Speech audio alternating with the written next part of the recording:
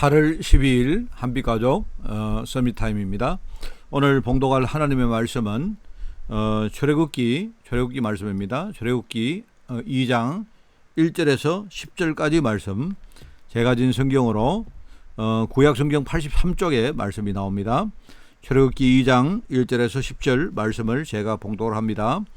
레위 가족 중 한 사람이 가서 레위 여자에게 장가들어 그 여자가 임신하여 아들을 낳으니 그가 잘생긴 것을 보고 석 달 동안 그를 숨겼으나 더 숨길 수 없게 되매 그를 위하여 갈대 상자를 가져다가 역청과 나무 진을 칠하고 아기를 거기 담아 나일 강가 갈대 사이에 두고 그의 누이가 어떻게 되는지를 알려고 멀리 있었더니 바로의 딸이 목욕하러 나일강으로 내려오고 시녀들은 나일강가를 거닐 때에 그가 갈대 사이에 상자를 보고 시녀를 보내어 가져다가 열고 그 아기를 보니 아기가 우는지라 그가 그를 불쌍히 여겨 이르되 이는 히브리 사람의 아기로다.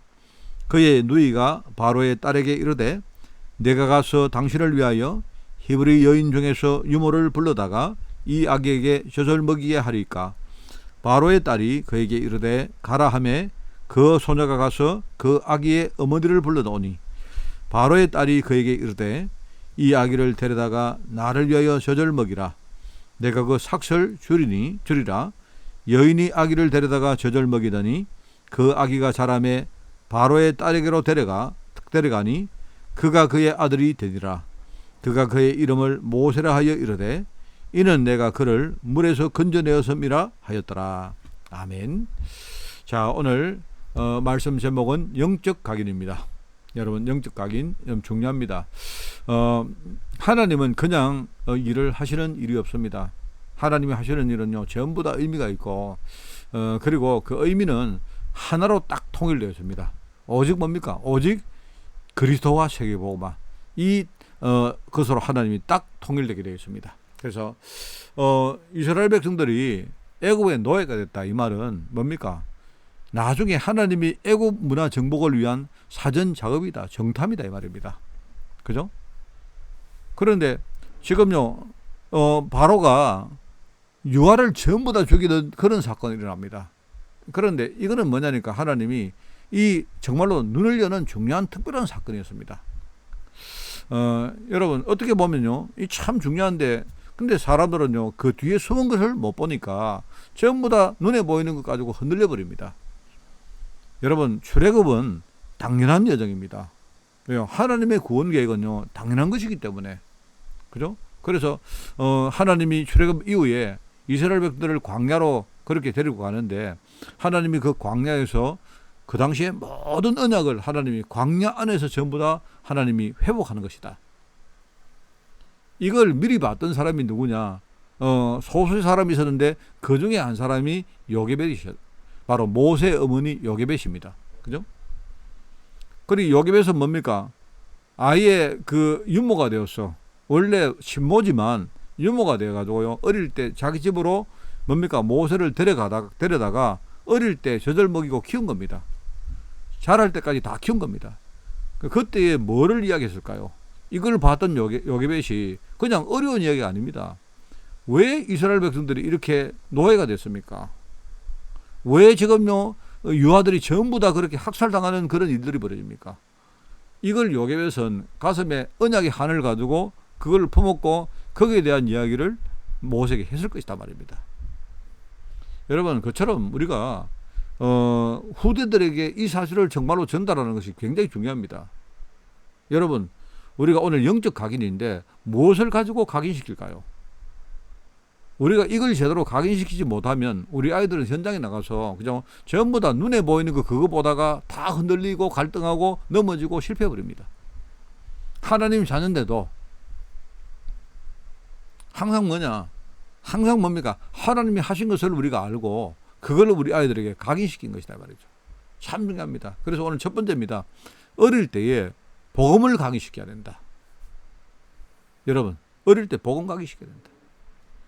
우리가 여기에 대해서는요 조금 이렇게 유대인들이 했던 것을 우리가 참고할 필요가 있습니다. 유대인들은 어릴 때부터 아예 자기들 뭡니까? 선민사상을 아예 각인을 시켜버립니다. 내가 유대인인데 유대인의 정체성이 무엇이고 유대인의 자부심이 무엇이며 하나님이 유대인에게 어떤 축복을 주신다 하는 걸요 계속 이야기합니다. 이걸 하다 보니까 유대인들은요 굉장히 이게 시스템상으로 잘 만들어져 있습니다. 그 우리가 그처럼 어릴 때 뭡니까? 복음을 완전히 각인시켜야 된다. 그죠? 복음을. 유대인들이 어릴 때 배운 그 유대 문화, 유대 민족의 그 문화 가지고도 뭡니까? 전 세계를 장악했는데 우리 아이들에게 뭡니까? 복음을 각인시켜가면요. 이 복음이 진짜 우리 아이들 속에 들어가 버리면 그러면요. 어떤 문제 와도 흔들리지 않습니다. 이 복음은 뭡니까? 하나님이 지금요. 이루시는 정말 절대 계획이기 때문에 우리 아이들은 어디 가서 무엇을 하든지 어떤 상황이 와도 세계복음화 그 속에 흔들리지 않고 흑암과 싸워 이기면서 뭡니까? 그런 아이가 되어준다 말입니다. 그래서 우리가 복음을 각인시키면요. 문제가 오고 위기가 와도 괜찮아요. 복음 각인된 사람은요. 속지 않습니다. 복음 각인된 사람은요. 조금 속았다 해도 금방 돌아옵니다. 오히려 문제 위기가 크면 클수록 뭡니까? 더 큰 응답을 향해서 나갑니다. 어릴 때 복음을 각인시켜야 된다. 무조건입니다. 무조건. 두 번째, 우리 아이들이 어릴 때 복음이 각인되어 있으면요. 성장하면서 이런저런 일들을 당합니다. 사건을 만나고 여러 가지 일을 하고 사람과 관계를 맺습니다. 그죠? 그런데 이런 일들을 당할 때마다 뭡니까? 오히려 복음이 확인되어지면서 뭡니까? 점점 우리 아이들 속에 뿌리 내리게 된다. 여러분, 항상 말하지만 문제가 크면 하나님의 역사도 더 크거든요. 지금 뭡니까? 악령의 역사가 강할 때는 뭡니까? 성령의 역사가 더 강해집니다. 그래서 하나님의 보호자, 보호자의 능력, 보호자의 축복 이게 보통 얘기가 아니거든요. 그래서 이게 제대로 누려져 있으면 어떤 문제 오고 어떤 사건이 일어나도 속지 않죠. 우리 아이들이 성장하면서 당하는 모든 일과 사건 이런 걸 통해서 애들이 복음 확인하고 그 확인한 복음이 이제 점점 뭡니까? 아이들 속에 뿌리 내리게 된다. 꼭 그렇게 만들어야 됩니다. 그렇게 하는 교회가 돼야 됩니다. 자, 그 다음에 세 번째는 뭡니까? 세 번째는요. 어떤 일과 위기를 당해도 절대로 뭡니까? 항상 감사를 놓치지 않는 감사가 체질화되는 그런 아이들로 우리가 만들어야 된다. 여러분, 우리가 복음을 계속 누리고 정말로 나의 입사, 교회 입사 이게 되어지면요. 그리고 현장 입사 이게 되어지면 그러면 이게 되어지면요. 그러면 이게 체질화 되어지면요. 그러면 늘 뭡니까? 우리가 속지 않고 정말로 우리가 나쁜 게 아니고요. 축복을 우리가 그렇게 선택하게 되어 있습니다.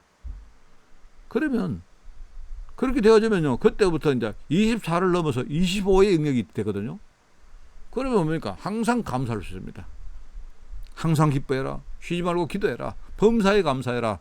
이것이 그리스도 예수 안에서 너희를 향하신 하나님의 뜻이니라. 이런 것들이 나중에 뭡니까? 24가 25가 되어지면서 영원이라는 그런 어떤 응답과 작품으로 연결된다. 이 말입니다. 여러분 지금 그냥 우리가 어릴 때 복음을 각인한 사람과 복음을 각인하지 못한 사람은 어떻게 차이가 나느냐? 그거 생각하시기 바랍니다. 복음을 각인한 사람은요. 성장하면서 사건을 만나고 일을 당할 때에 오히려 뭡니까? 복음을 확인합니다. 복음을 확인하면서 뭡니까? 그 확인된 만큼 뭡니까? 복음이 점점 더 뿌리내립니다. 그러면 그게 되어지면요. 하나님은 그런 사람을 사용하시고 그런 사람들에게요. 분명한 응답들을 주시기 때문에 항상 감사하는 체질의 인생을 살 수가 있습니다. 여러분 이것 되도록 우리 교회가 중요한 역할을 감당하는 것입니다. 오늘 여러분 승리하는 여러분 되시기를 바랍니다. 하나님 감사합니다. 우리가 먼저 후대 때문에 영적으로 복음 각인될 수 있도록 주님이 축복하여 주옵소서. 우리 교회가 오직 복음, 유일성의 복음, 재창조를 위한 복음의 교회가 될 수 있도록 주님이 모든 성도들을 주님이 축복하여 주옵소서. 감사드리며 예수님의 이름으로 기도드리옵나이다. 아멘.